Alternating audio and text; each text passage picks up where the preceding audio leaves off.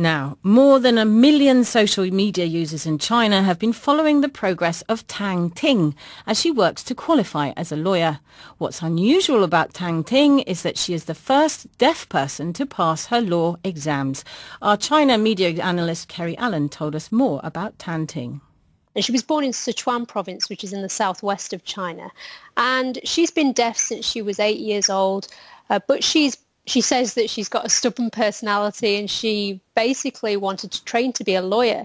So 3 years ago, she was recruited by Tang Shuai, who's a lawyer who's become known in China. He's this huge internet sensation because he posts sign language videos. And he wanted to recruit people who are training legal professionals who are deaf themselves.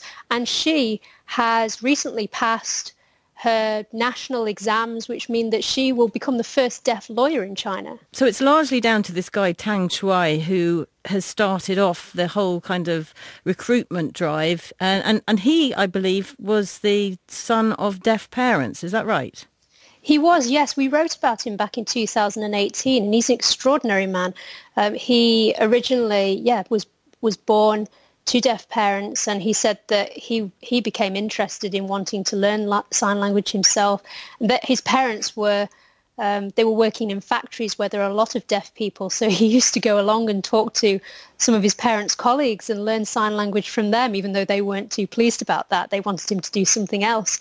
And so he became, back in 2018, this huge online sensation because he posted videos on Chinese social media of where he was providing legal counsel to the deaf. So he was telling people about things like Ponzi schemes. And he said that there was just this outcry that suddenly he was receiving floods of messages from both people who were saying that they were really pleased that he was doing this work, and also other people who felt that they'd been given a voice for the first time. But what does this actually say about disability in China and the way it's viewed? Well, there are 27 million deaf mute people in China, and this woman, Tang Ting, who's become the first deaf lawyer in China, there's a lot of praise, there's a lot of appreciation for these kinds of stories. You increasingly see state media wanting to highlight that these people, despite obstacles, are able to do jobs just like anybody else.